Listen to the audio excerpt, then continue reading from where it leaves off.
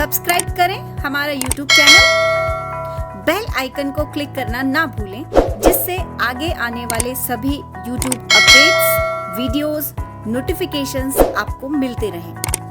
नमस्कार दोस्तों, परिष्कार के इस ऑनलाइन सेशन में आप सभी का बहुत बहुत स्वागत है। मैं doctor Shilpa Chaudhary, department of zoology.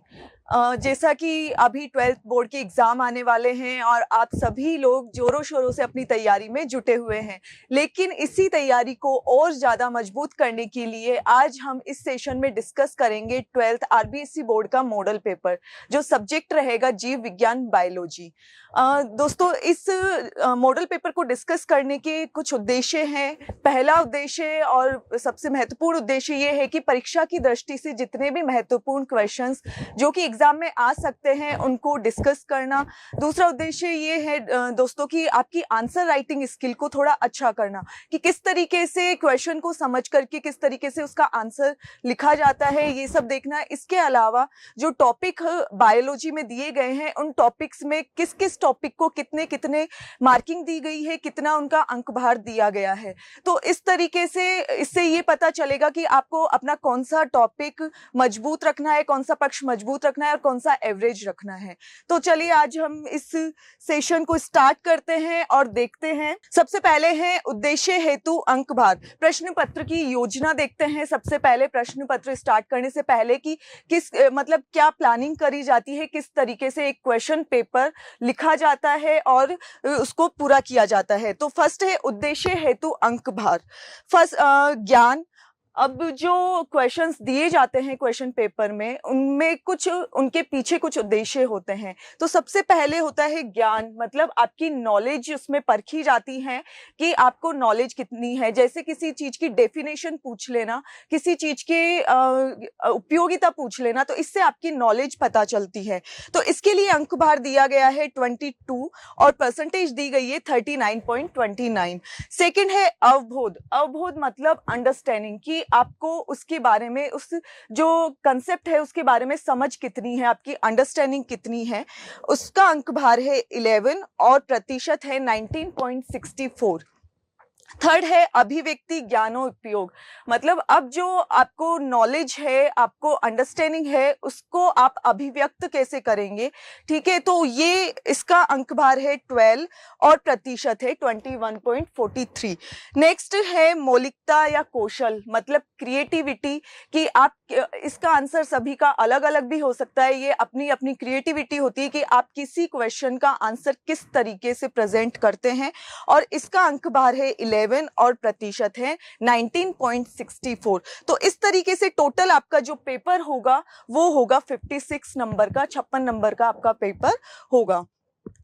Next है प्रश्नों के प्रकारवार अंक भार। अब इसमें प्रश्नों के प्रकार दिए गए हैं कि कौन कौन से प्रकार के, कौन कौन से टाइप के आपके क्वेश्चन आएंगे क्वेश्चन पेपर में। तो फर्स्ट है वस्तुनिष्ठ, जो कि कैसे होते हैं, ऑब्जेक्टिव टाइप क्वेश्चंस होते हैं, जिसमें ऑब्जेक्टिव्स दिए होते हैं, ABCD दिए होते हैं और उसमें से एक टिक आपको करना होता है। तो इन प्रश्नों की संख्या होगी 9 + 4। 9 मतलब जो ऑब्जेक्टिव टाइप, और 4 है फिल इन द ब्लैंक्स, मतलब जो रिक्त स्थान वाले प्रश्न आते हैं। टोटल 13 है। प्रत्येक प्रश्न 1 नंबर का होगा। प्रतिशत इनका होगा 23.22 टोटल पेपर में से, और इनको करने के लिए आपको टाइम मिलेगा 28 मिनट का लगभग आपको समय मिलेगा। नेक्स्ट है अति लघुत्रात्मक, वेरी शॉर्ट टाइप क्वेश्चंस, जो कि कितने होंगे, संख्या में 8 होंगे। प्रत्येक प्रश्न 1 नंबर का होगा। प्रतिशत होगा 14.28 और इसको करने में आपको समय लगेगा लगभग 18 मिनट। नेक्स्ट है लघुत्रात्मक short type question. Short type question संख्या में 12 होंगे और इनका जो प्रति प्रश्न अंक भार होगा वो होगा 1.5, मतलब 1.5 नंबर का होगा। इसका जो प्रतिशत होगा 32.14 और इसको करने में समय आपका लगभग लगेगा 63 मिनट्स इसमें लगेंगे। तो मतलब लगभग 1.25 घंटे आपको लग जाएंगे लघुत्रात्मक प्रश्न तक। नेक्स्ट है दीर्घ उत्तरीय, जो लॉन्ग टाइप क्वेश्चन होते हैं, संख्या में 3 होंगे और ये होंगे प्रति प्रश्न 3 नंबर का होगा। 16.8 मतलब लगभग 16% ये टोटल पेपर में से होगा और इसको करने में, कंप्लीट करने में आपको समय लगेगा लगभग 46 मिनट्स। लास्ट में आता है निबंधात्मक प्रश्न, ऐसे टाइप प्रश्न। ज्यादा फर्क नहीं होता है दीर्घ उत्तरीय में और निबंधात्मक में। तो जो निबंधात्मक प्रश्न होंगे वो 2 होंगे, इसके लिए आपको ऑप्शंस भी दिए जाएंगे, मतलब 4 जो क्वेश्चन होंगे वो टोटल दिए जाएंगे अथवा में दिए जाएंगे, जिसमें आपको 2 करने होंगे। प्रत्येक प्रश्न 4 नंबर का होगा और इसकी परसेंटेज रहेगी 14.28 और समय लगेगा 40 मिनट्स। तो इस तरीके से टोटल समय आपको लगेगा 3 घंटे लगभग 15 मिनट, 3 घंटे 15 मिनट का आपको समय दिया जाएगा पूरा पेपर करने में। और आपके टोटल प्रश्नों की संख्या होगी 38 क्वेश्चंस आपके प्रश्न पत्र में आएंगे। तो इस तरीके से ये पूरा आपका परफॉर्मा होगा क्वेश्चन पेपर का।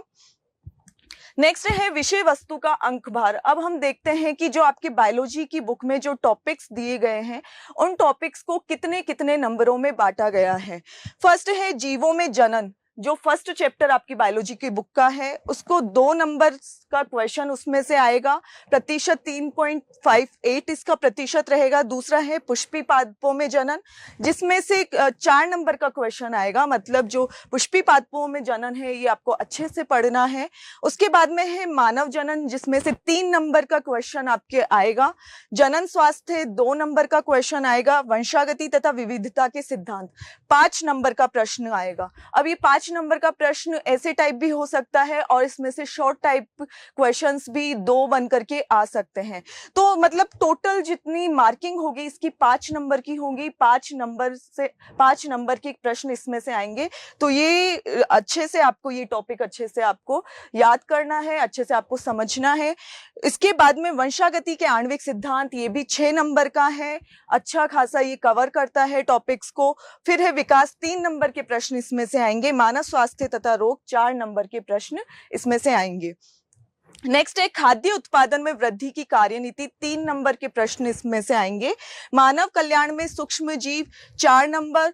जैव प्रौद्योगिकी सिद्धांत एवं प्रक्रम 11 से लेकर के जो 40 नंबर तक के जो आपके टॉपिक्स होंगे वो सब उनमें से 4-4 नंबर के प्रश्न आएंगे। इसके बाद में जीव विविधता एवं संरक्षण एवं पर्यावरण के मुद्दे, इन दोनों चैप्टर में से 2-2 नंबर के प्रश्न आएंगे।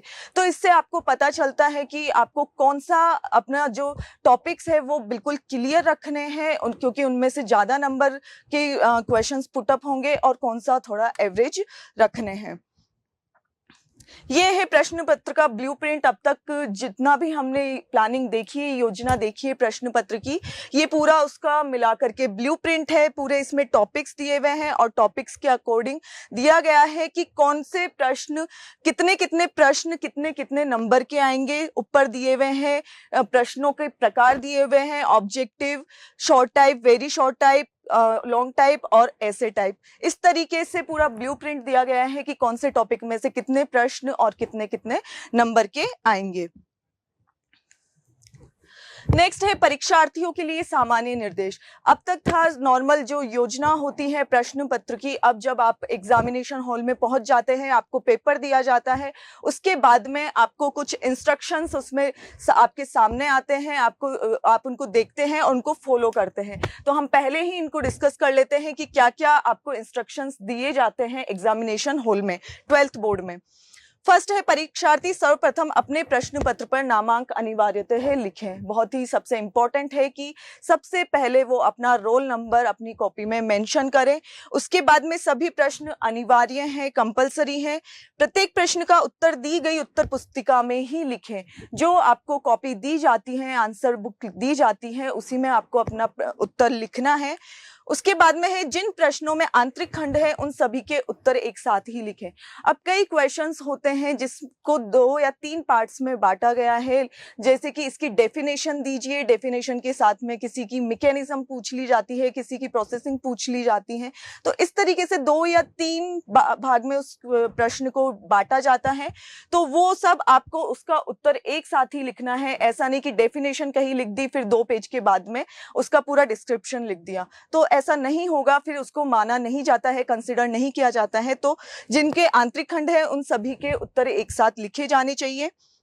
नेक्स्ट है प्रश्न पत्र के हिंदी व अंग्रेजी रूपांतर में किसी प्रकार की त्रुटि, अंतर, विरोधाभास होने पर हिंदी भाषा के प्रश्न को ही सही माने। अब जो क्वेश्चंस आपके प्रश्न पत्र में आते हैं वो हिंदी में और इंग्लिश में दोनों में आते हैं।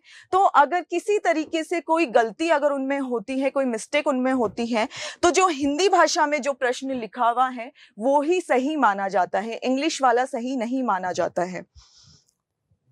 तो चलिए अब हम हमारा स्टार्ट करते हैं। प्रश्न पत्र मॉडल हमारा जो क्वेश्चन पेपर है वो हम देखते हैं, उससे आपको पता चलेगा कि किस तरीके के क्वेश्चंस 12th बोर्ड में आते हैं और कौन कौन से इंपॉर्टेंट क्वेश्चंस हैं। फर्स्ट आता है, जैसा कि अभी हमने योजना में बात करी थी कि पहला प्रश्न आता है वस्तुनिष्ठ प्रश्न, मल्टीपल चॉइस क्वेश्चंस आते हैं। 9 क्वेश्चन आएंगे और 9 क्वेश्चन होंगे एक एक नंबर के, मतलब टोटल 9 अंकों का ये सेक्शन होगा। फर्स्ट है कुफर कोशिकाएं मिलती हैं। अब आप इसमें देखिए, दिमाग लगाइए, यही से आपका क्वेश्चन पेपर, आपका एग्जाम एक तरीके से स्टार्ट हो रहा है। तो आप देखिए कुफर कोशिकाएं मिलती हैं, किसमें मिलती हैं? अग्नाशय में, छोटी आंत में, बड़ी आंत में, यकृत में। जूलॉजी का क्वेश्चन है कि किसमें कुफर कोशिकाएं मिलती हैं, और इसका सही आंसर है यकृत में। जो कुफर कोशिकाएं होती हैं ये एक तरीके की कैसी कोशिकाएं होती हैं? फेगोसाइटिक कोशिकाएं होती हैं। फेगोसाइटिक कोशिकाएं होती हैं जो कि क्या करती हैं, जो भी बाहरी वातावरण से जो भी माइक्रो ऑर्गेनिज्म या कोई भी बैक्टीरिया वगैरह आते हैं ये उनको क्या करती है, उनका भक्षण करती हैं। तो ये किस में पाई जाती है? यकृत में पाई जाती हैं। नेक्स्ट है काला आजार रोग किसके कारण उत्पन्न होता है? जो ब्लैक फीवर होता है वो किस प्रोटोजोआ के कारण उत्पन्न होता है, किस ऑर्गेनिज्म के कारण उत्पन्न होता है? लेशमिया से, ट्रिपेनोसोमा से, प्लाज्मोडियम से, एंड अमीबा हिस्टोलाइटिका से। तो इस तरीके के प्रश्न दोस्तों आपके प्रश्न पत्र में आएंगे। इसका सही आंसर है लेशमानिया से। जो लेशमानिया प्रोटोजोआ है उससे ब्लैक फीवर उत्पन्न होता है। नेक्स्ट है सर्वप्रथम किस पादप हार्मोन की खोज हुई, उसका नाम क्या है? जो पादप हार्मोन्स हैं सारे, ये सभी पादप हार्मोन्स है, तो सबसे पहले किसकी खोज हुई थी? Auxin, gibberellin, ethylene, cytokinin. और इसका सही आंसर है ऑक्सिन, जो कि कैसा होता है? वृद्धि हार्मोन होता है। नेक्स्ट है परागकोश के सबसे भीतरी स्तर टेपिटम का क्या कार्य है? जो परागकोश होता है, एंथर होता है, उसका जो सबसे भीतरी 4 लेयर्स में वो डिवाइड होता है, तो सबसे जो भीतरी परत होती है टेपिटम, उसका कार्य क्या होता है? स्फुटन, सुरक्षा, पोषण और यांत्रिकीय। और इसका सही आंसर है पोषण। नेक्स्ट है भ्रूण कोश पाया जाता है भ्रूण में, बीजांड में, बीज में, परागकोश में। बायोलॉजी है, बायोलॉजी में दोनों टाइप के क्वेश्चंस आपके आएंगे, जूलॉजी के भी आएंगे और बॉटनी के भी आएंगे, क्योंकि ये सम्मिलित रूप से जीव विज्ञान का पेपर है।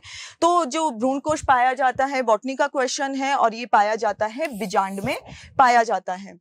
नेक्स्ट है पत्तियों में बिंदु श्राव की क्रिया में निकलने वाला द्रव है शुद्ध जल, केवल उत्सर्जी पदार्थ, H2O व CO2, जल के साथ कार्बनिक एवं अकार्बनिक पदार्थ। जो वाष्पोत्सर्जन की क्रिया होती है, बिंदु श्राव जो होता है उसमें जल के साथ क्या निकलता है? और कार्बनिक एवं अकार्बनिक पदार्थ भी निकलते हैं। नेक्स्ट है उस पादप का नाम बताइए जिसमें रंध्र दिन के समय बंद हो जाते हैं। ऐसा कौन सा पादप है जिसमें रंध्र दिन के समय बंद हो जाते हैं? और ये है नागफनी। नेक्स्ट है मानव के दोनों फेफड़ों में कुल पालियों की संख्या कितनी होती है? जो मानव में जो लंग्स पाए जाते हैं, एक जोड़ा लंग्स का पाया जाता है, राइट एंड लेफ्ट, तो उसमें दोनों में मिलाकर के जो पालियों की लोब्स की संख्या होती है वो होती है 5। जो राइट होता है उसमें 3 होती है और जो लेफ्ट होता है उसमें 2 होती है। तो टोटल कितनी होती है? 5 होती है। नेक्स्ट है रक्त का थक्का बनाने में किसकी महत्वपूर्ण भूमिका होती है? Neutrophil, thrombocytes, erythrocytes and monocytes. अब कुछ फैक्टर्स होते हैं जो कि क्या करते हैं, प्रोटीन्स जिन्हें हम कह सकते हैं, वो हमारा जो ब्लड होता है उसको कोएगुलेट करते हैं, उसका थक्का जमाते हैं, ताकि हमारी बॉडी में रक्त की कमी ना हो, ज्यादा रक्त बह के ना निकले। तो उसके लिए जो फैक्टर काम में आता है वो है थ्रोम्बोसाइट्स। तो इस तरीके से 9 क्वेश्चंस जो है वो आएंगे, मल्टीपल चॉइस के क्वेश्चंस आएंगे जिसको आपको सिर्फ टिक करना है। 9 नंबर के आएंगे। फिर 4 क्वेश्चंस जो आएंगे वो आएंगे रिक्त स्थान वाले आएंगे, वो ही 1-1 नंबर के आएंगे। तो टोटल 4 मार्क्स उसके हो गए। माँ के दूध में कोलेस्ट्रम द्वारा नवजात बच्चे को कौन सी प्रतिरक्षी प्राप्त होती है? ऐसा बोला जाता है कि जो माँ का जो पहला दूध होता है बच्चा जन्म लेने के बाद में, वो हमेशा बच्चे को पिलाना चाहिए, क्योंकि वो बच्चे में बहुत ज्यादा इम्यूनिटी उसको प्रदान करता है। तो उसमें इम्यूनिटी के लिए कौन सी एंटीबॉडी होती है? और वो होती है IgA नाम की एंटीबॉडी उससे प्राप्त होती है। लघु बीजाणु अंकुरित होकर के काई का निर्माण करते हैं, और ये निर्माण करते हैं मेल गैमेटोफाइट का निर्माण करते हैं। नेक्स्ट है ऑक्सी तथा अनऑक्सी श्वसन का प्राथमिक चरण किसमें पूर्ण होता है? ऑक्सी और अनऑक्सी श्वसन मतलब ऑक्सीजन की उपस्थिति में और अनुपस्थिति में जो श्वसन होता है वो किस जगह पूर्ण होता है और उसे क्या कहते हैं? तो वो पूर्ण होता है कोशिका द्रव्य में, और इसे कहा जाता है ग्लाइकोलाइसिस। ये पहला चरण होता है जिसमें जो ग्लूकोज होता है वो चेंज होता है पायरुविक एसिड में। नेक्स्ट है एब्सिसिक अम्ल एक वृद्धि fill in the blanks hormone है।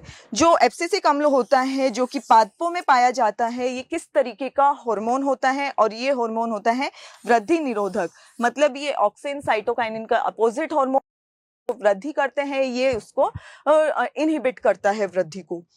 तो इस तरीके से 4 फिल इन द ब्लैंक्स हो गए, ये हो गए मल्टीपल क्वेश्चन हो गए।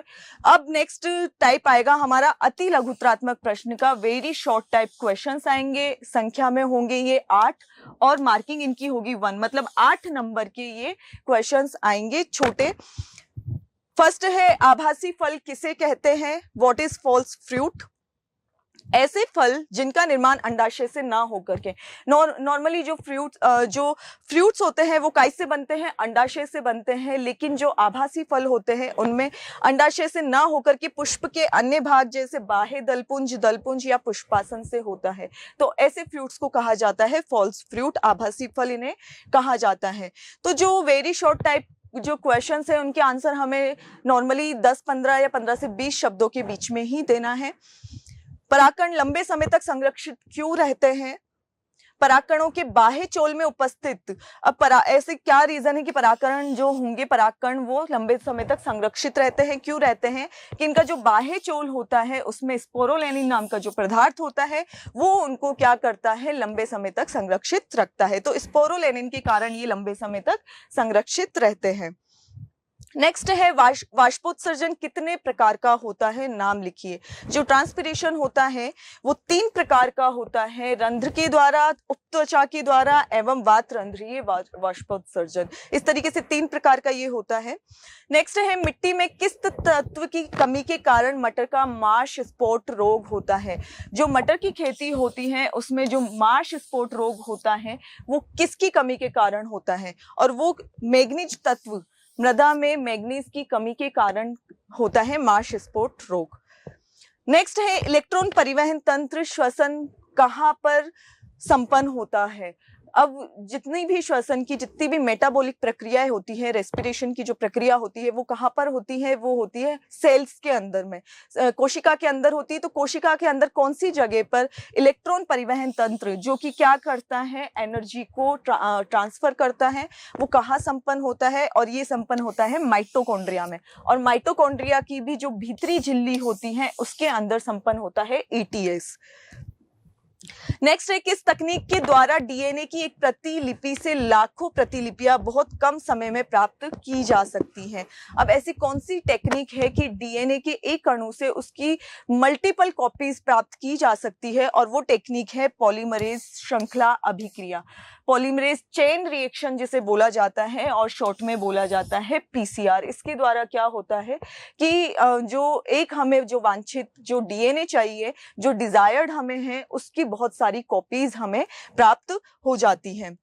नेक्स्ट है कपास की गोलक शलभ के प्रति जो बोल मोथ जिसे कहते हैं उसके प्रति प्रतिरोधी आनुवंशिकता है रूपांतरित किस्म का नाम बताइए।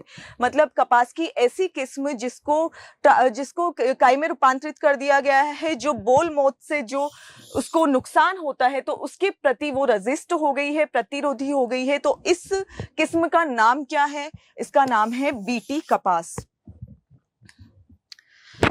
नेक्स्ट है जैव गैस को परिभाषित कीजिए। क्या होती है? What is biogas? जीवाणुओं द्वारा कार्बनिक पदार्थों के किण्वन से उत्पादित गैस को जैव गैस कहते हैं। जो भी कार्बनिक पदार्थ होते हैं, जो भी हम अगर उदाहरण के लिए देखें, जो भी हमारे फल फ्रूट या जो सब्जियां होती हैं, धीरे धीरे वो डिग्रेड होना स्टार्ट हो जाती है। किसके द्वारा? बैक्टीरिया के द्वारा, माइक्रो ऑर्गेनिज्म के द्वारा वो सड़ने लग जाती है। तो उसके द्वारा जो गैस उत्पन्न होती है, उस गैस को क्या कहा जाता है? जैव गैस या बायोगैस इसे कहा जाता है।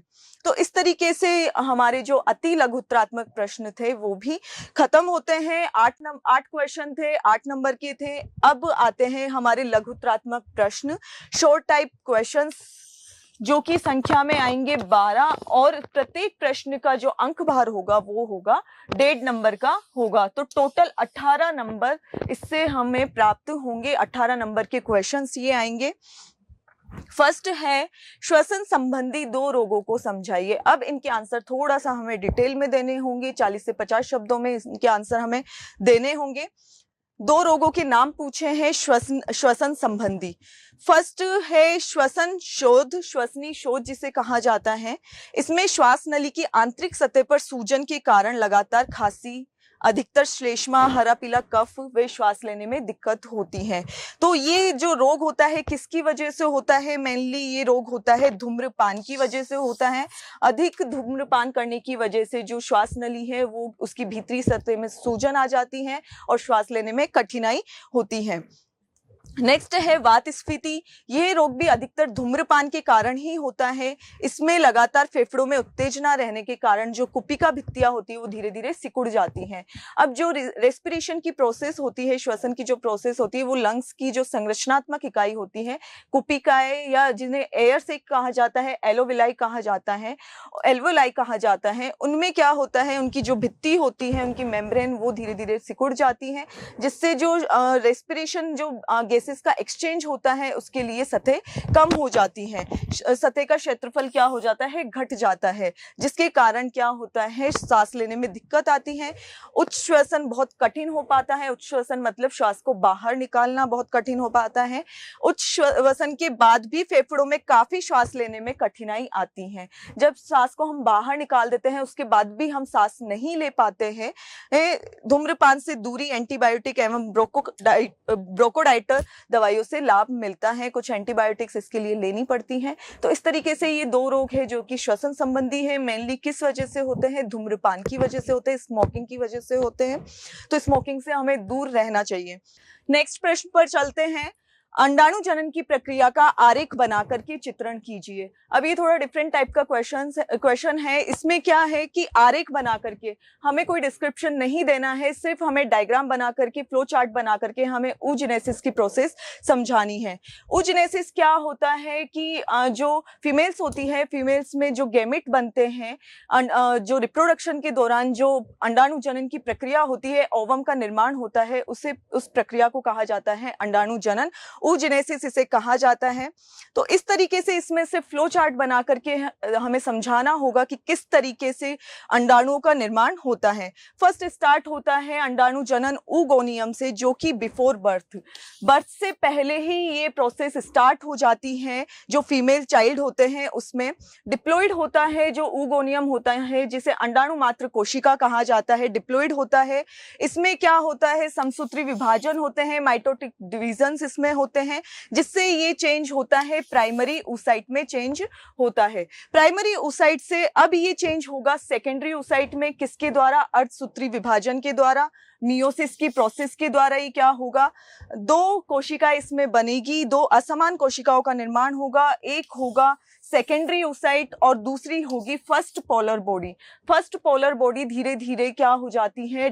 डीजनरेट हो जाती है, नष्ट हो जाती है। जबकि सेकेंडरी oocyte जो होता है, सेकेंडरी oocyte का अब क्या होता है? ओव्यूलेशन होता है, अंडोत्सर्ग होता है।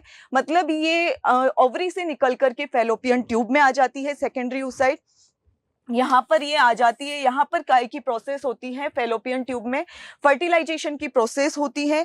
स्पर्म के द्वारा ये फर्टिलाइज होकर के अब क्या बनाता है, फर्टिलाइज्ड एग बनाता है। वापस से जो अगुणित, जो सेकेंडरी ओसाइट अगुणित हो गया था, वो स्पर्म के साथ फर्टिलाइज होकर के वापस से कैसा हो जाएगा, द्विगुणित हो जाएगा, डिप्लॉइड सेल्स में ये परिवर्तित हो जाएगा। तो इस तरीके से लास्ट में काय का निर्माण होगा, फर्टिलाइज्ड एग का निर्माण होगा।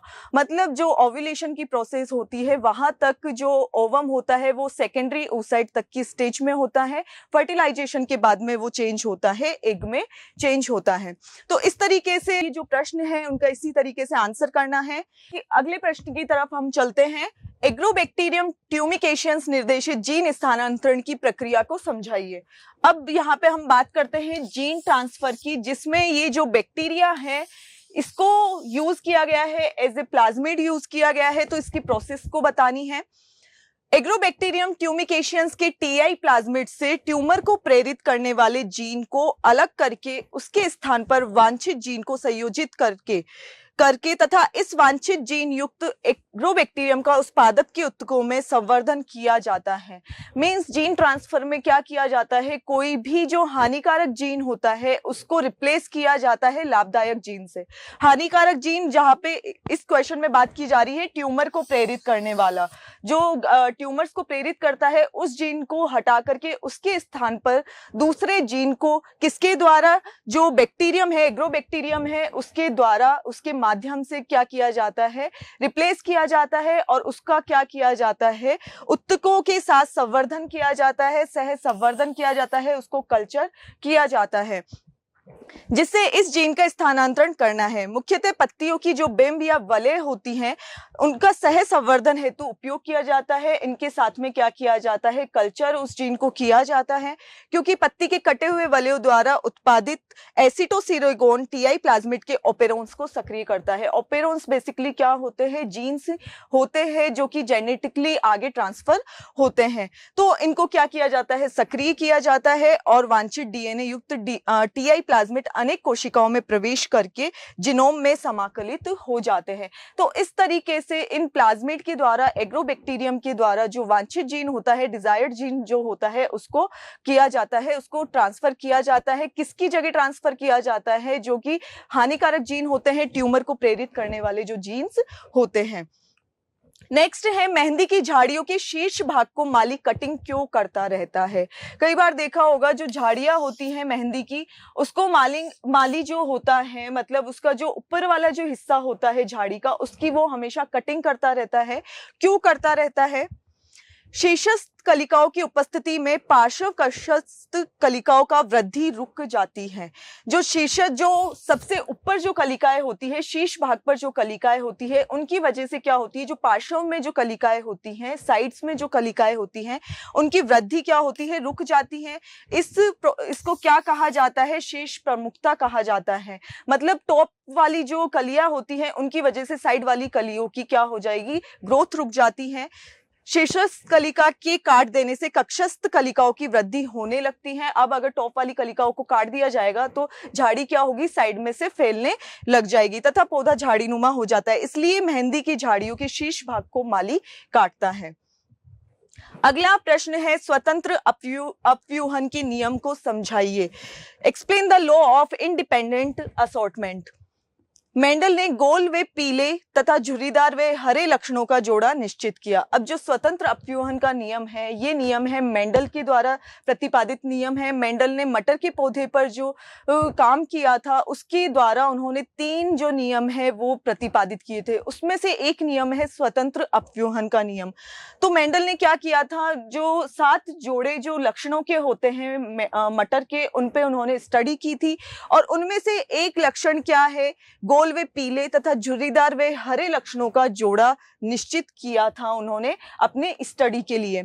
अतः जब भी लक्षण एक पीढ़ी से दूसरी पीढ़ी में जाते हैं, जब भी उन्होंने उनमें रिप्रोडक्शन कराया उन पौधों में और उनसे अगली पीढ़ी प्राप्त करी, तो उन्होंने देखा कि ये जो जोड़े थे लक्षणों के, ये अगली पीढ़ी में जाते हैं और किस तरीके से जाते हैं, जोड़े के रूप में ही जाते हैं। लेकिन इसके बावजूद जोड़े के रूप में लक्षण अगली पीढ़ी में ट्रांसफर होते हैं, उसके बाद भी प्रत्येक जो लक्षण है वो अपने अपने स्वतंत्र तरीके से एक्सप्रेस उसमें होता है, और यही नियम क्या कहलाता है? स्वतंत्र अपव्यूहन का नियम कहलाता है।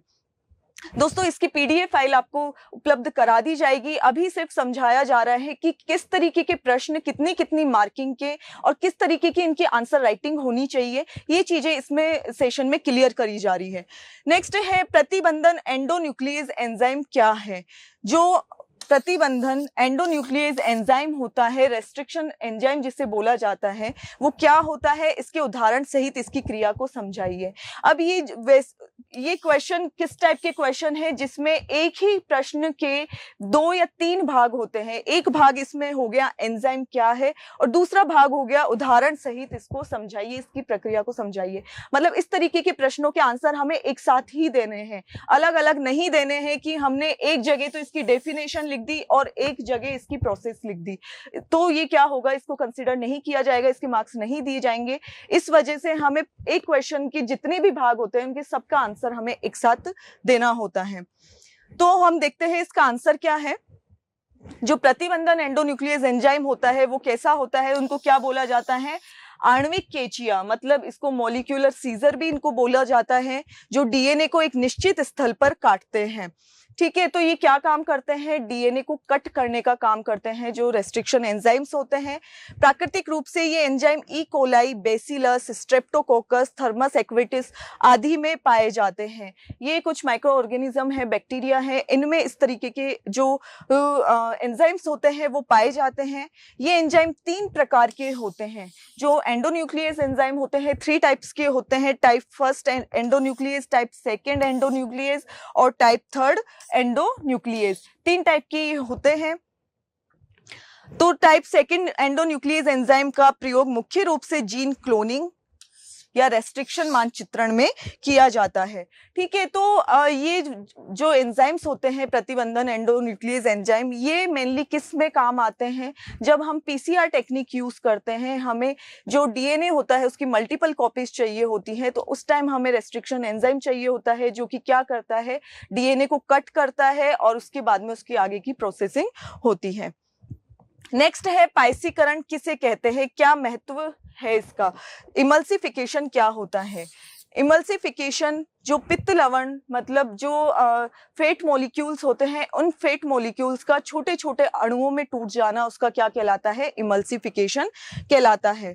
पित्त लवण व लेसिथिन अणुओं का एक भाग क्या होता है? ध्रुवीय पोलर होता है, और दूसरा भाग कैसा होता है? नॉन पोलर अध्रुवीय होता है। अध्रुवीय भाग, जो ध्रुवीय भाग होता है वो तो काई में घुल जाता है, वो जल में घुल जाता है, और जो अध्रुवीय भाग होता है वो वसा गोलिकाओं की सतह से घुल जाता है।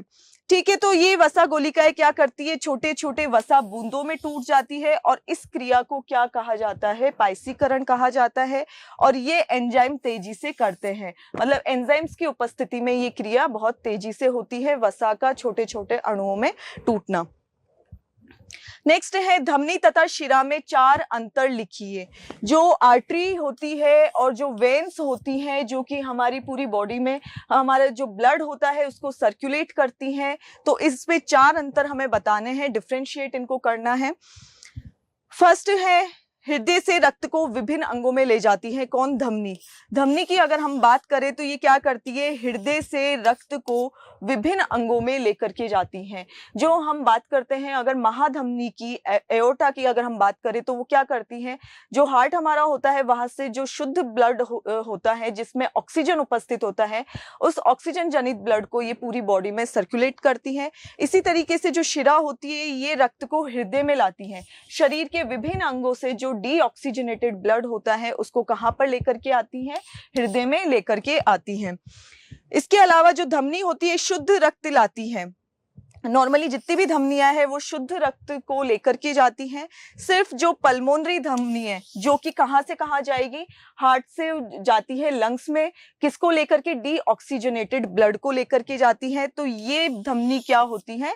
अशुद्ध रक्त को लेकर के जाती है।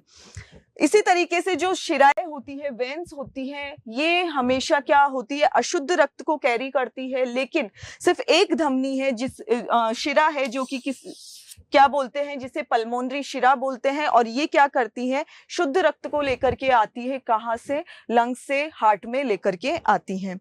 इसके अलावा जो धमनियां होती है, रक्त तेजी से वे दबाव के साथ इसमें रक्त बहता है, और जो शिराएं होती है रक्त धीमी गति से बहता है, कम दबाव के साथ बहता है।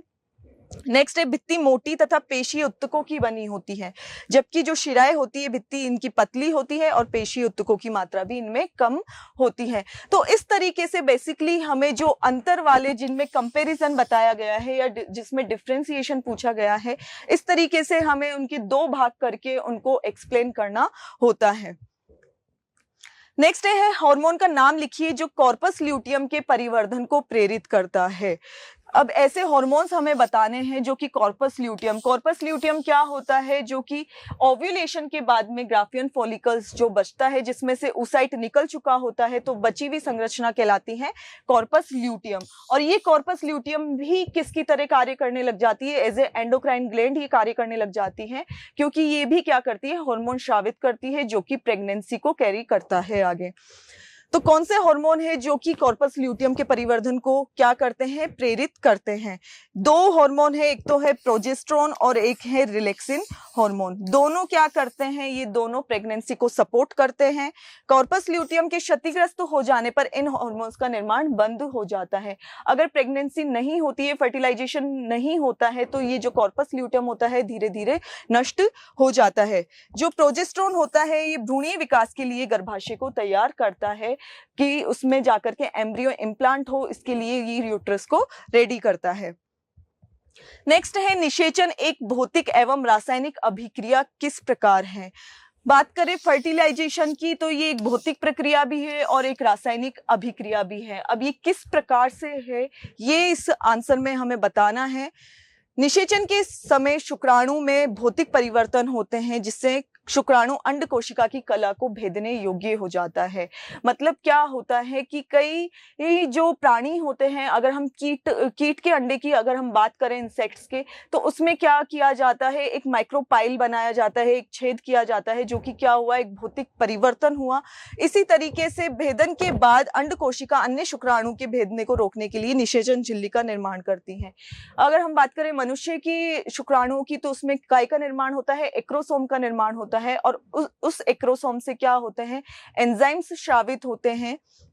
फर्टिलाइजिन और एंटी फर्टिलाइजिन नाम के जो हार्मोन्स एंजाइम्स होते हैं वो सिक्रेट होते हैं, जो कि काय का निर्माण करते हैं, निषेचन झिल्ली का निर्माण करते हैं, जिससे एक से अधिक शुक्राणु उस अंडे को भेद ना सके, उस अंडे को निषेचित ना कर सके। तो इस तरीके से क्या होता है, निषेचन एक भौतिक एवं रासायनिक, मतलब बहुत सारे एंजाइमों का ये क्या करती है, मिलीजुली प्रक्रिया होती है। नेक्स्ट है, जीन विनिमय को परिभाषित कीजिए। जो क्रॉसिंग ओवर होता है वो क्या होता है? सिर्फ इसमें डेफिनेशन पूछी है, तो डेफिनेशन हमें देनी है। जीन विनिमय वे घटना है जिसमें समजात गुणसूत्र, जो दो गुणसूत्रों का जो एक जोड़ा होता है समजात गुणसूत्र, उसके जो असमजात अर्ध गुणसूत्र मतलब जो क्रोमेटिड्स होते हैं, मतलब इस तरीके की गुणसूत्र की संरचना बताई जाती है। तो एक जोड़ा जो गुणसूत्र होता है, इसके ये वाला पार्ट जो होता है ये क्रोमेटिड वाले पार्ट होते हैं। तो इनमें जो एक्सचेंज होता है, क्रोमेटिड्स का जो एक्सचेंज होता है, इसी को क्या कहा जाता है, क्रॉसिंग ओवर कहा जाता है। नेक्स्ट है, हाइड्रोफोबिया रोग के रोगाणुओं का नाम लिखिए। इस रोग के 3 लक्षण तथा उपचार बताइए। अब हाइड्रोफोबिया रोग जो कि किसकी वजह से होता है, कुत्ते के काटने की वजह से होता है। तो इसके रोगाणु का क्या नाम है, और इसके रोगाणु का नाम है रेबीज विषाणु। रेबीज नाम का वायरस क्या होता है, कुत्ते के काटने से मनुष्य के शरीर में आ जाता है, और जिसकी वजह से क्या होता है, इसमें हाइड्रोफोबिया रोग हो जाता है। हाइड्रोफोबिया मतलब इस प्राणी को क्या होता है, वाटर से डर लगने लगता है, जल से डर लगने लगता है। रोग के लक्षण क्या है, रोगी को पानी से डर लगता है, रोगी के मुख से झाग निकलने लगते हैं, तथा काटने के स्थान पर सूजन, दर्द तथा द्रव पदार्थ पीते समय दौरा पड़ने लगता है। तो मेन लक्षण क्या है, इसको पानी से डर लगता है। उपचार क्या हो सकता है? काटने वाली जगह पर घाव पर मरहम पट्टी के साथ साथ कुत्ते पर 10 दिन तक निगरानी रखनी चाहिए। क्यों रखनी चाहिए? क्योंकि 10 दिन के बाद में अगर कुत्ता पागल हो जाता है या मर जाता है तो रोगी के उदर में इस रोग के प्रतिरोधक टीके, मतलब 14 दिन में 14 टीके लगाए जाने चाहिए। ये हमारा सेक्शन बी कंप्लीट होता है, जिसमें हमने सेक्शन ए में हमने देखे थे जो मल्टीपल क्वेश्चंस थे। इसके अलावा वेरी शॉर्ट टाइप क्वेश्चंस हमने देखे थे। सेक्शन बी में हमने देखे हैं शॉर्ट टाइप क्वेश्चन, लघुत्रात्मक प्रश्न हमने देखे हैं जिसके आंसर हमने दिए हैं 40 से 50 वर्ड्स में दिए हैं। अब सेक्शन 3 हमारा स्टार्ट होता है, खंड से स्टार्ट होता है, जिसमें दीर्घ उत्तरीय लॉन्ग टाइप क्वेश्चंस आते हैं। ये संख्या में 3 है और प्रत्येक प्रश्न की जो मार्किंग है वो है 3 नंबर की, मतलब टोटल 9 नंबर का सेक्शन ये होता है। तो इसका पहला प्रश्न हम देखते हैं, प्रतिरक्षा क्या है? जन्मजात व अर्जित प्रतिरक्षा को समझाइए। ये सारे प्रश्न ऐसे हैं जिसमें जो कि 2 या 3 पार्ट्स में बटे हुए हैं। 3 पार्ट इसमें है। एक पार्ट है प्रतिरक्षा क्या है, डेफिनेशन इसकी पूछिए। दूसरा पार्ट है प्रतिरक्षा को समझाइए और तीसरा पार्ट है मुख्य रोधों के नाम लिखिए। जो डिफेंस बैरियर होते हैं उनके नाम लिखिए। मतलब 3 खंड इस प्रश्न में है। तो इसका आंसर हम देखते हैं किस तरीके से हमें लिखना है। सबसे पहले इसकी डेफिनेशंस आएगी, उसके बाद में इन दोनों को जो 2 टाइप की जो प्रतिरक्षा होती है, जन्मजात और अर्जित, उन दोनों को हमें समझाना है।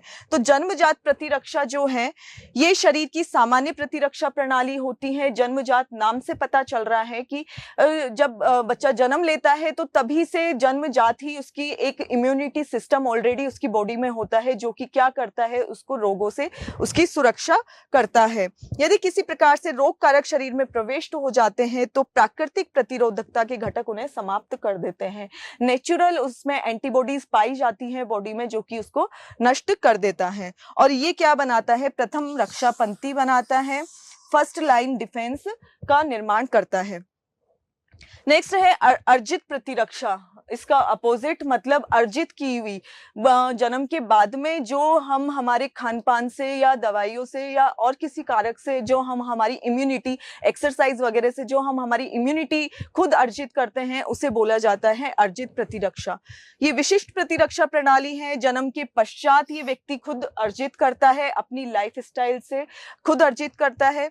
ये शरीर के भीतर प्रवेश करने वाले विशिष्ट एवं हानिकारक पदार्थों को विशेष अभिज्ञान द्वारा पहचान करके, मतलब जो भी एंटीबॉडीज या जो भी इम्यूनिटी उसने ली है, खुद ने अर्जित की है, उसके द्वारा ये जो एंटीजेंस जो प्रवेश करते हैं बॉडी में उसको ये नष्ट करता है। मुख्य रोधों के नाम, जो डिफेंस बैरियर है उनके नाम है शारीरिक अवरोध, त्वचा, म्यूकस झिल्ली, शारीरिक स्राव। दूसरा है पूरक तंत्र। इस तंत्र में विशेष प्रकार के एंजाइम्स होते हैं जो कि इम्यूनिटी में प्रदान करते हैं। इसके अलावा भक्षाणु नाशक अवरोध, कुछ सेल्स क्या होती हैं, फेगोसाइटिक होती है, भक्षाणु सेल्स होती है जो कि क्या करती हैं, एंटीजेंस को का भक्षण करती है। जैसे मोनोसाइट्स, न्यूट्रोफिल, मैक्रोफेजेस, ये क्या करती हैं, जो भी माइक्रो ऑर्गेनिज्म बाहर से आते हैं उनको नष्ट कर देती है।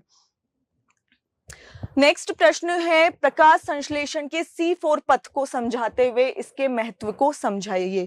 बॉटनी से रिलेटेड प्रश्न है। प्रकाश संश्लेषण जो कि पौधों में पाया जाता है, ठीक है, वो उसमें जो C4 पथ होता है उसको समझाना है। इसमें इस चक्र में प्रथम स्थायी उत्पाद, क्यों कहते हैं इसको C4? क्योंकि इसमें क्या बनता है, प्रथम उत्पाद 4 कार्बन परमाणु ऑक्जेलो एसिटिक एसिड अम्ल बनता है। ऑक्जेलो एसिटिक एसिड जिसमें 4 कार्बन परमाणु होते हैं और प्रथम उत्पाद ये होता है, इसकी वजह से इसको क्या बोला जाता है, C4 पथ इसको बोला जाता है। किसमें पाए जाते हैं ये? शुष्क उष्ण कटिबंधीय क्षेत्र में ये पाए जाते हैं। इस चक्र को दूसरा नाम भी दिया गया है, हेच स्लेक चक्र भी इसे कहा जाता है। ये चक्र एक बीजपत्री पादपों जैसे अमरेथस, यूफोर्बिया व अनेक खरपतवारों में भी पाया जाता है। C4 पथ में पाए जाने वाले पादपों को क्या कहा जाता है? C4 पादप कहा जाता है। जिन पादपों में C4 पथ पाया जाता है, पाथवे पाया जाता है, उसको C4 प्लांट्स कहते हैं। इन प्लांट्स में दो प्रकार की प्रकाश संश्लेषी कोशिकाएं होती है। फर्स्ट कोशिका होती है मध्योतक, जिसे बोला जाता है मीजोफिल सेल्स। दूसरी होती है पुल आच्छद, जिसे बोला जाता है बंडल शीथ। ठीक है, तो ये इस तरीके से इस क्वेश्चन का आंसर करना है। लॉन्ग टाइप क्वेश्चन है, तो उसी तरीके से इसको हमें लगभग 200 शब्दों में इसका आंसर हमें देना है। C4 पथ का महत्व पूरी अभी पिछली स्लाइड में पूरी इसकी प्रोसेस गई है कि C4 पथ क्या होता है। अब उसका महत्व क्या है। C4 चक्र C3 चक्र से अधिक दक्ष होता है, अधिक सही होता है। क्यों होता है? क्योंकि C4 पादपों की उत्पादकता C3 की तुलना में क्या होती है, 3 से 4 गुना अधिक होती है, क्योंकि C4 पादपों में प्रकाश श्वसन अनुपस्थित होता है। ठीक है, इनमें श्वसन की प्रक्रिया अनुपस्थित होती है। इसका जो मुख्य एंजाइम होता है CO2 की कम सांद्रता पर भी क्रियाशील रहता है। इस वजह से जो C4 पथ होता है वो C3 के मुकाबले क्या होता है, ज्यादा दक्ष होता है। अगला प्रश्न हम देखते हैं, गुणसूत्रीय विकारों का विस्तार से वर्णन कीजिए। जो गुणसूत्रीय विकार होते हैं, क्रोमोसोमल एब्रेशंस जिसे कहा जाता है, उसका हमें वर्णन करना है विस्तार से। क्रोमोसोमल एब्रेशंस क्या होते हैं? मतलब गुणसूत्र का एक या एक से अधिक गुणसूत्रों का या तो संख्या में घट जाना या संख्या में बढ़ जाना। तो इस तरीके से जो पूरा जेनेटिक स्ट्रक्चर होता है किसी मनुष्य का, वो बिल्कुल चेंज हो जाता है। तो इसका हमें वर्णन करना है कि इसकी वजह से क्या क्या चेंजेस होते हैं या क्या क्या जेनेटिक डिजीज हो जाती है। एक या अधिक गुणसूत्रों की अनुपस्थिति या अधिकता या असामान्य विन्यास गुणसूत्रीय विकारों के कारण होते हैं। कोशिका विभाजन के समय जो क्रोमेटिड होते हैं, उनके विसंयोजन की अनुपस्थिति के कारण, विसंयोजन मतलब वही जो हम पिछले क्वेश्चन में हमने क्रॉसिंग ओवर देखा है, उनके अनुपस्थिति के कारण क्या होता है, एक गुणसूत्र या तो अधिक हो जाएगा या हानि उसकी हो जाएगी। ठीक है, एक या एक से अधिक भी हो सकते हैं। नॉर्मली एक गुणसूत्र क्या होता है, या तो बढ़ जाता है या घट जाता है। इसे क्या कहा जाता है? इस कंडीशन को असुगुणिता कहा जाता है।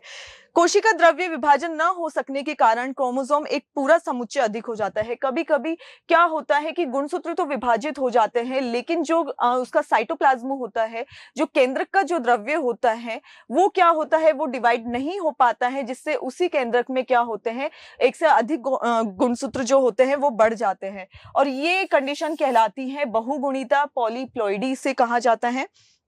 मानव में गुणसूत्रों की संख्या कितनी होती है? 46 होती है। मतलब 23 जोड़े क्या पाए जाते हैं, गुणसूत्र इसमें पाए जाते हैं, जिसमें से 22 जोड़े गुणसूत्र जो होते हैं वो अलिंग होते हैं, जबकि एक जोड़ा क्या होता है, लिंग गुणसूत्र का होता है, जो कि जो फीमेल्स होती है उसमें XX और जो मेल होते हैं उसमें XY होता है। कभी कभी व्यक्ति में गुणसूत्रों की संख्या का एक अतिरिक्त जोड़ा, एक से अधिक या एक जोड़ा लिंग गुणसूत्रों का कम हो जाता है, और इसे कहा जाता है द्विअधिसूत्रता या द्विन्यूनसूत्री भी इसे कहते हैं। तो अब इनकी वजह से क्या होता है, कुछ डिजीज, कुछ जेनेटिक डिसऑर्डर मनुष्य में देखने को मिलते हैं। उनमें से फर्स्ट है डाउन विकार, या जिसे डाउन सिंड्रोम भी बोला जाता है।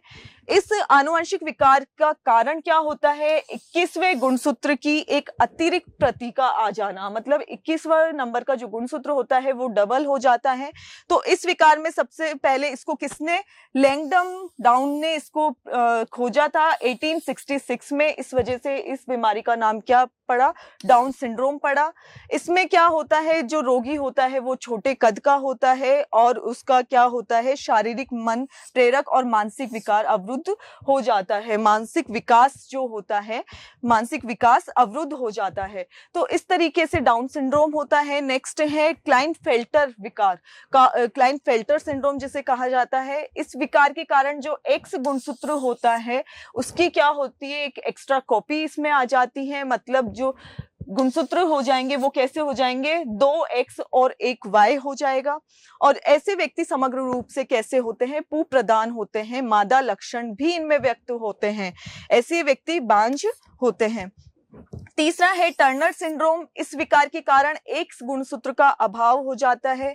इसमें जो क्लाइनफेल्टर हमने देखा उसमें तो X गुणसूत्र अतिरिक्त हो जाता है, एक्स्ट्रा हो जाता है, जबकि जो टर्नर सिंड्रोम की हम बात कर रहे हैं उसमें X गुणसूत्र कम हो जाता है।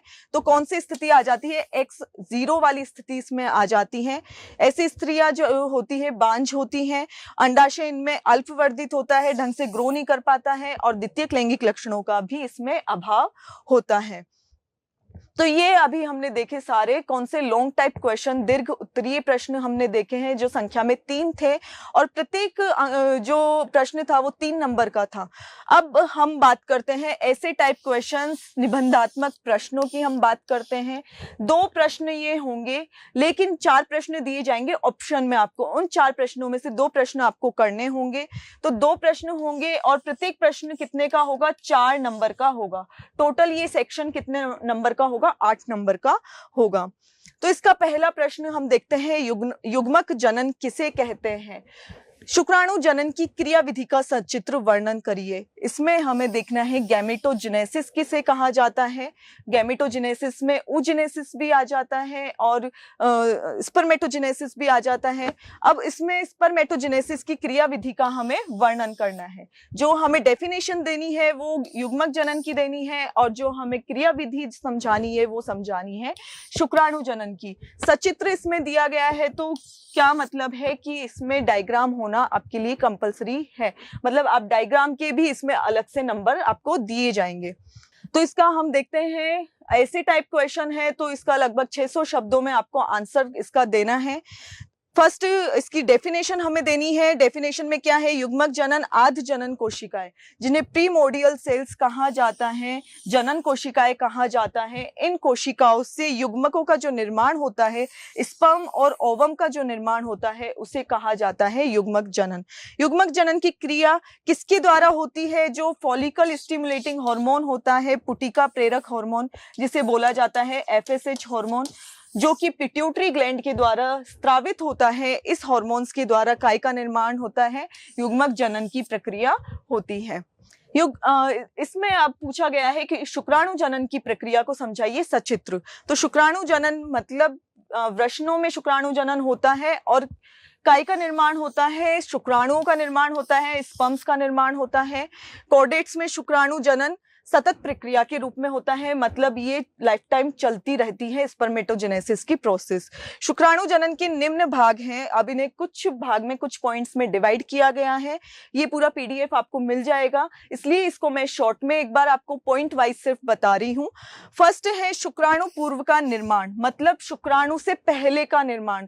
शुक्राणु से पहले का मतलब जो स्पर्मेटिड होते हैं, स्पर्मेटिड का निर्माण। उसके बाद में स्पर्मेटिड से जो स्पर्म्स होते हैं उनका निर्माण। तो 2 भागों में इसको बांटा गया है। शुक्राणु पूर्व का निर्माण है फर्स्ट, फॉर्मेशन ऑफ स्पर्मेटिड्स इन्हें कहा जाता है। इसमें क्या होता है? प्रीमोडियल जर्म सेल्स के द्वारा स्पर्मेटिड्स का निर्माण होता है फर्स्ट प्रोसेस में। अब इस प्रोसेस को भी, इस स्टेप को भी 3 भागों में बांटा गया है। फर्स्ट है गुणन प्रावस्था, सेकंड है वृद्धि प्रावस्था और थर्ड है परिपक्वन स्टेज। फर्स्ट में गुणन में क्या होता है? स्पर्मेटोगोनिया जो होता है, शुक्राणु मात्र कोशिका जिसे कहा जाता है, उससे क्या होता है? समसूत्री विभाजन होता है, कोशिकाएं द्विगुणित हो जाती हैं। वृद्धि प्रावस्था में क्या होती है? जो स्पर्मेटोगोनिया होती है वो आकार में वृद्धि करती हैं। और परिपक्वन प्रावस्था में क्या होता है कि जो प्राथमिक शुक्राणु कोशिकाएं हैं वो उसमें कैसा विभाजन होता है? अर्धसूत्री होता है और क्या बनती है? द्वितीयक स्पर्मेटोसाइट्स बनती है। और इन द्वितीयक स्पर्मेटोसाइट्स से फर्दर क्या होगा? समसूत्री विभाजन होगा और 2 स्पर्मेटिड का निर्माण होगा। 2 स्पर्मेटिड से 4 अगुणित स्पर्मेटिड्स का निर्माण होगा। फिर है शुक्राणु जनन, शुक्राणु पूर्व का विभेदीकरण। अब स्पर्मेटिड्स का निर्माण हो चुका है कि एक जो स्पर्मेटोगोनिया थी उससे 4 स्पर्मेटिड्स का, 4 अगुणित स्पर्मेटिड्स का निर्माण हो चुका है। अब स्पर्मेटिड से स्पर्म्स का बनना क्या कहलाता है? दूसरे स्टेज में आता है, वो है विभेदीकरण। स्पर्मेटिड्स का विभेदीकरण होगा और वो काई में चेंज होंगे। स्पर्मेटिड जो होते हैं बेसिकली शुक्राणु ही होते हैं, लेकिन ये कैसे होते हैं? ये मूवमेंट नहीं करते हैं, अगतिशील होते हैं, गोल होते हैं। जबकि जो शुक्राणु होते हैं वो कैसे होते हैं? मूवमेंट करते हैं, गतिशील होते हैं। और कैसी संरचना होती है? उसमें पुच्छीय संरचना पाई जाती है। तो इसका विभेदीकरण होता है और विभेदीकरण के फलस्वरूप क्या होता है? शुक्र जनन, शुक्र कायांतरण होता है और शुक्राणुओं का निर्माण होता है। क्या होता है? इसको हम चित्र के द्वारा, जैसा कि प्रश्न में पूछा गया था, बोला गया था कि चित्र के साथ आपको समझाना है, तो इसका डायग्राम हम देंगे। सबसे पहले क्या है? स्पर्मेटोगोनिया। ये क्या है? स्पर्मेटोगोनिया जो कि कैसी है? द्विगुणित है। इसमें समसूत्री विभाजन होगा, माइटोसिस होगा इसमें। समसूत्री विभाजन के फलस्वरूप ये काय में चेंज होगी, प्राइमरी स्पर्मेटोसाइट में चेंज होगी और वही द्विगुणित होगी। उसके बाद में इसका क्या होगा, मियोसिस फर्स्ट, अर्धसूत्री विभाजन फर्स्ट होगा, जिसमें ये 2 अगुणित कोशिकाओं में बट जाएगी, जिसे सेकेंडरी स्पर्मेटोसाइट कहते हैं। इसमें वापस से मियोसिस सेकंड होगा, अर्धसूत्री विभाजन सेकंड होगा और अब ये काय में चेंज हो रही है, स्पर्मेटिड्स में चेंज हो रही है। तो मतलब एक स्पर्मेटोगोनिया या एक प्राइमरी स्पर्मेटोसाइट से कितने स्पर्मेटिड्स का निर्माण हो रहा है, 4 स्पर्मेटिड्स का निर्माण हो रहा है। अब स्पर्मेटिड से अब शुक्राणु का जो निर्माण होता है वो प्रक्रिया कहलाती है स्पर्मियोजेनेसिस कहलाती है। तो इस तरीके से क्या होता है, स्पर्मेटिड्स में कुछ रूपांतरण होते हैं और उसकी वजह से ये स्पर्म्स में चेंज होते हैं। नेक्स्ट प्रश्न है, डीएनए के प्रतिकृतिकरण की क्रिया अर्ध संरक्षणी होती है, इसके प्रयोग को विस्तार से समझाइए। अब डीएनए का जो प्रतिकृतिकरण होता है, मतलब इसकी जो क्लोनिंग होती है डीएनए की, वो कैसी होती है, अर्ध संरक्षी होती है, सेमी कंजर्वेटिव होती है। क्योंकि जो डीएनए जो होता है वो कैसा होता है, डबल हेलिक्स होता है। डबल हेलिक्स होता है तो जब उसका प्रतिकृतिकरण किया जाता है तो उसको एंडोन्यूक्लियस के द्वारा क्या किया जाता है, कट किया जाता है। दोनों स्ट्रैंड्स को क्या किया जाता है, अलग अलग किया जाता है और उन दोनों स्ट्रैंड से क्या होते हैं, उनको पूरक मान करके एक एक नया क्या बनता है, डीएनए बनता है। तो क्या होगा, ये एक अर्ध संरक्षी होती है ये क्रिया। डीएनए के दोनों स्ट्रैंड अलग होकर के टेम्पलेट के रूप में क्या करते हैं, कार्य करते हैं, पूरक रज्जुकों का निर्माण करते हैं। प्रतिकृति के पूर्ण होने के बाद जो डीएनए अणु बनता है उसमें एक पैतृक, भाई ये क्या हुआ, एक डीएनए का अणु हुआ। जब इसका प्रतिकृतिकरण किया जाता है तो यहाँ से इसको दोनों को क्या कर देते हैं, अलग अलग कर देते हैं।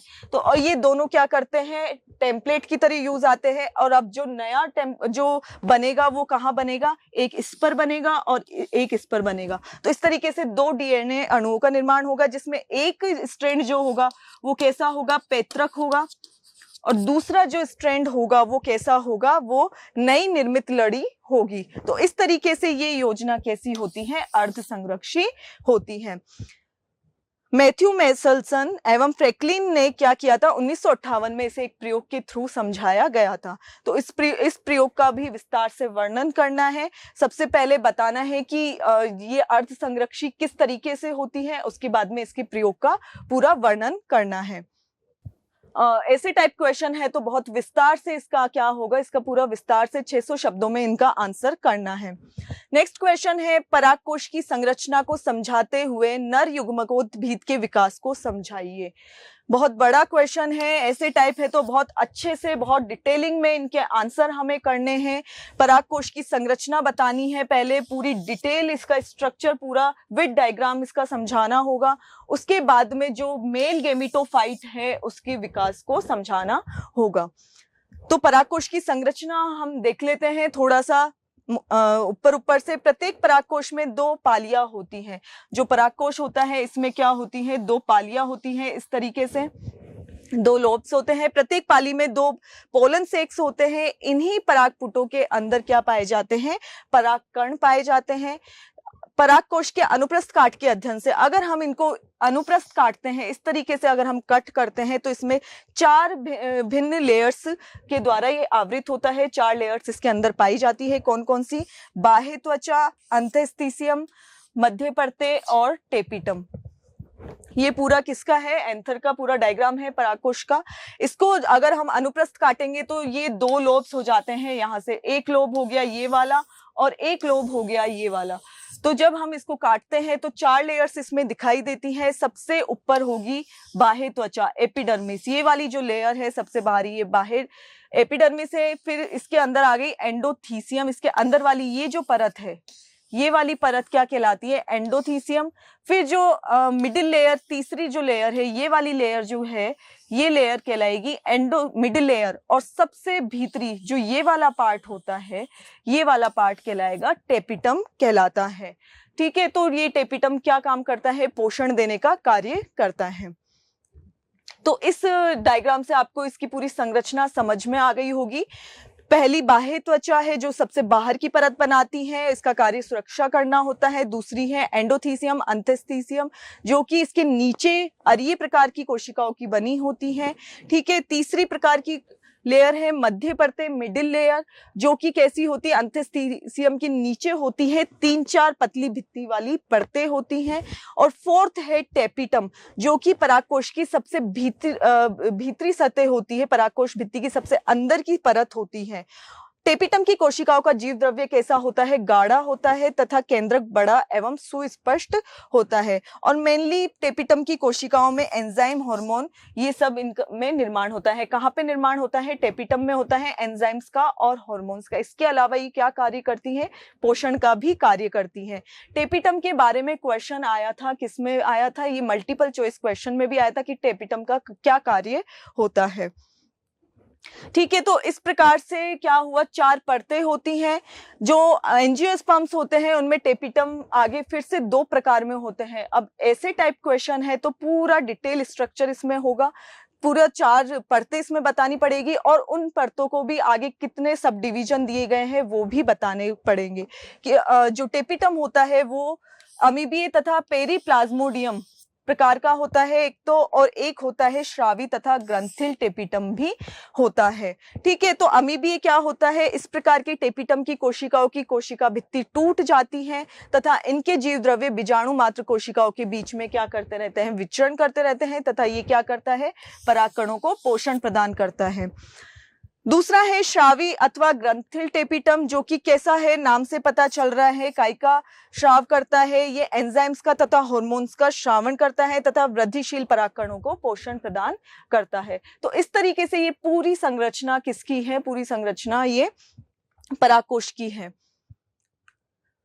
फिर है बीजाणु जन कोशिका इसमें आती है। जैसा कि पूर्व में बताया गया है कि प्रत्येक परागकोश में 4 पालियां होती है, प्रत्येक पाली भित्ति परतों से आवृत होती है तथा सबसे अंदरी परत टेपिटम के अंदर सजातीय कोशिकाओं का समूह होता है, जिसे क्या कहा जाता है? लघु बीजाणु पराग मात्र कोशिकाएं। और इन्हीं लघु बीजाणुओं से क्या काय का निर्माण होता है? मेल गैमेटोफाइट का निर्माण होता है, नर युग्मकोद्भिद का निर्माण होता है। जो क्वेश्चन था उस क्वेश्चन का तीसरा हिस्सा था कि लघु युग्मक जनन या नर युग्मकोद्भिद का विकास को समझाइए। पहला क्वेश्चन था कि परागकोश की संरचना को समझाइए, सचित्र समझाइए, और दूसरा था नर युग्मकोद्भिद के विकास को समझाइए। तो इसको हम पूरी संरचना समझाने के बाद में इसका विकास हम देखेंगे। परागकण से पूर्ण विकसित नर युग्मकोद्भिद बनने तक के क्रम को क्या बोला जाता है? लघु युग्मक जनन इसे बोला जाता है। वस्तुतः नर युग्मकोद्भिद का विकास परागकोश के अंदर ही प्रारंभ हो जाता है और उसके बाद में ये सभी केंद्रकीय विभाजन कैसे होते हैं? सूत्री विभाजन होते हैं। मतलब इनमें क्या होगा, फर्दर विभाजन होते रहेंगे, समसूत्री अर्धसूत्री विभाजन होते रहेंगे और इस तरीके से क्या होगा, नर युग्मकोद्भिद का विकास हो जाएगा। सबसे लास्ट प्रश्न अब हम देखते हैं, द्विबीजपत्री पादपों में भ्रूण परिवर्धन को सचित्र समझाइए। ऑप्शन में ये क्वेश्चन है, जो ऐसे टाइप क्वेश्चंस हमने देखे हैं, दो जो क्वेश्चन है वो ऑप्शन में है, अथवा करके हैं, मतलब दोनों क्वेश्चनों में से एक क्वेश्चन करना है। ठीक है, तो एक क्वेश्चन आया था जूलॉजी से रिलेटेड, एक आया था बॉटनी से रिलेटेड। तो इसका जो लास्ट प्रश्न है, जो कि कैसा है, ऑप्शन में है, द्विबीजपत्री पादपों में भ्रूण परिवर्धन को सचित्र समझाइए कि भ्रूण परिवर्धन किस तरीके से होता है डाइकोट में। पुष्पी पादपों में निषेचन पश्च की घटनाएं, जब निषेचन हो जाता है, फर्टिलाइजेशन हो जाता है, उसके बाद में जो भ्रूण परिवर्धित होता है, जैसे अगर हम एनिमल्स की बात करते हैं तो एनिमल्स में भी क्या होता है कि निषेचन होने के बाद में जाइगोट बनता है और जाइगोट में आगे क्या होता है, उसका परिवर्धन होता है। उसी तरीके से बीजों में भी होता है।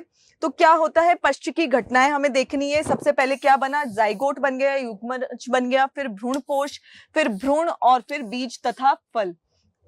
भ्रूण परिवर्धन का अध्ययन सर्वप्रथम किसमें किया गया था? क्रूसीफेरी कुल के द्विबीजपत्री पादपों में किया गया था, 1840 में किया गया था। इसी के आधार पर द्विबीजपत्री पादपों के भ्रूण परिवर्धन का विवरण दिया जाता है। प्राय निषेचन के समय भ्रूण कोश में एक नर युग्मक होता है और एक अंड कोशिका होती है, जिसमें क्या होता है, फर्टिलाइजेशन होता है और जाइगोट का निर्माण होता है। युग्मनज में प्रथम विभाजन अनुप्रस्थ होता है। अनुप्रस्थ विभाजन कैसा होता है, आड़ा होता है, और अनुदैर्ध्य कैसा होता है, एक खड़ा विभाजन होता है। तो पहला विभाजन कैसा होगा, अनुप्रस्थ होगा, जिससे एक जो ऊपर वाली कोशिका होगी वो कैसी होगी, शीर्षस्थ होगी, और नीचे वाली आधारीय कोशिका होगी। जो टॉप वाली कोशिका होगी वो कैसी होगी, निभाग की ओर होगी, और जो आधारीय कोशिका होगी वो कहाँ पर होगी, बीजांड द्वार की ओर स्थित होती है। शेषस्थ कोशिका में अनुदैर्ध्य, अब जो ऊपर वाली कोशिका है उसमें अनुदैर्ध्य विभाजन होगा, और क्या होगा, आधारीय कोशिका में अनुप्रस्थ विभाजन होगा। दो अलग अलग टाइप के विभाजन होते हैं, जिससे क्या होगा, अनुदैर्ध्य विभाजन से निर्मित दोनों शेष कलिकाओं में पुनः पूर्व विभाजन के लंबवत अनुदैर्ध्य विभाजन होता है। मतलब कहने का मतलब क्या है कि एक के बाद एक इन कोशिकाओं में क्या होते रहते हैं, विभाजन होते रहते हैं, अनुप्रस्थ होते हैं, कभी अनुदैर्ध्य होते हैं, और इस तरीके से विभाजन के फलस्वरूप क्या होता है, इनमें परिवर्धन होता रहता है। जैसे अगर हम मनुष्य के एम्ब्रियो की बात करते हैं तो उसमें भी क्या होता है, जाइगोट जो होता है एक कोशिकीय संरचना होती है, उसमें क्लीवेज की प्रोसेस होती है, और क्लीवेज की प्रोसेस की वजह से क्या होते हैं, डिवाइडेशन चलता रहता है, और एक कोशिकीय से बहुकोशिकीय संरचना का निर्माण होता है। तो उसी तरीके से इसमें भी क्या होता है, एक कोशिका से बहुकोशिकीय संरचना का निर्माण होता है विभाजनों के द्वारा। इस तरीके से पालियों के मध्य स्थित खाज के आधारी भाग में प्रांकुर की स्थिति शीर्षस्थ एवं बीज पत्रों की पार्श्वी हो जाती है। इसके डायग्राम से अगर हम देखें तो इसमें सबसे पहले ये क्या है, एक कोशिकीय संरचना जाइगोट युग्मनज होती है। इसमें क्या होता है, अनुप्रस्थ विभाजन होता है ये वाला, जिसकी वजह से दो कोशिकाओं का निर्माण होता है। ये वाली कोशिका शीर्षस्थ होती है, ये वाली आधारीय होती है। ठीक है, तो अब जो आधारीय कोशिकाएं होती है उसमें कैसा वापस से अनुप्रस्थ विभाजन होते हैं, और शीर्षस्थ कोशिकाओं में कैसे होते हैं, अनुदैर्ध्य होते हैं। धीरे धीरे काय का निर्माण होता है, सस्पेंसर का निर्माण होता है। जो शेषस्थ कोशिका होती है उसमें सस्पेंसर का निर्माण होता है। एक के बाद एक कोशिका विभाजन कैसा होता है, लाइन से होता है, और सस्पेंसर बनाता है, और नीचे क्या बनता है, हार्ट शेप्ड एम्ब्रियो का निर्माण होता है। धीरे धीरे मल्टीपल डिविजन्स इनमें होते रहते हैं, और मल्टीपल डिविजन्स की वजह से इनमें क्या काय का निर्माण होता है, एक भ्रूण का निर्माण होता है, मिच्योर काय का निर्माण होता है, बीज पत्र का निर्माण होता है। तो इस तरीके से ये पूरा भ्रूण परिवर्धन की पूरी विकास की प्रक्रिया होती है। तो दोस्तों इस तरीके से हमने एक पूरा मॉडल पेपर देखा है, जिसमें पूरा 56 नंबर हमने कवर किए हैं, जिसमें 5 टाइप के क्वेश्चंस हमने देखे हैं। जिसमें फर्स्ट था मल्टीपल चॉइस क्वेश्चन, सेकंड था very short type question, third था शॉर्ट टाइप लघुत्तरात्मक प्रश्न, चौथा था दीर्घ उत्तरीय, और पांचवा था ऐसे टाइप या निबंधात्मक प्रश्न, जिसकी सबकी संख्या अलग अलग थी और अलग अलग उनके अंक भार निश्चित किए गए थे। तो इस मॉडल पेपर को स्टडी करने से आपको पता चलेगा, इस वीडियो को देखने से, कि किस तरीके से पूरा प्रश्न पत्र को कितने अंक भारों से डिवाइड किया गया है, और जितने भी आपके बायोलॉजी के टॉपिक थे उनको भी कितनी कितनी मार्किंग दी गई है, जिससे आप उसकी तैयारी को मजबूत कर सकेंगे, कि आपको पता चलेगा कौन सा टॉपिक आपको ज्यादा मजबूत रखना है, अपना बिल्कुल कंसेप्ट क्लियर रखना है, और कौन से टॉपिक को आपको कम समय देना है। इसके अलावा आपको आंसर राइटिंग का भी पता इसमें चल गया होगा कि किस तरीके से प्रश्नों की प्रकृति क्या है और किस तरीके से उनका आंसर हमें देना है। तो ये सब चीजें, इसके अलावा ये सारे प्रश्न परीक्षा की दृष्टि से बहुत ही महत्वपूर्ण है। आपको एक बार जरूर इनको देखना चाहिए परीक्षा में जाने से पहले। तो इस तरीके से ये आपकी बहुत ही मदद करेगा ये मॉडल पेपर। आपके उज्जवल भविष्य की कामना के साथ अभी मैं आपसे विदा लेती हूँ। नमस्कार।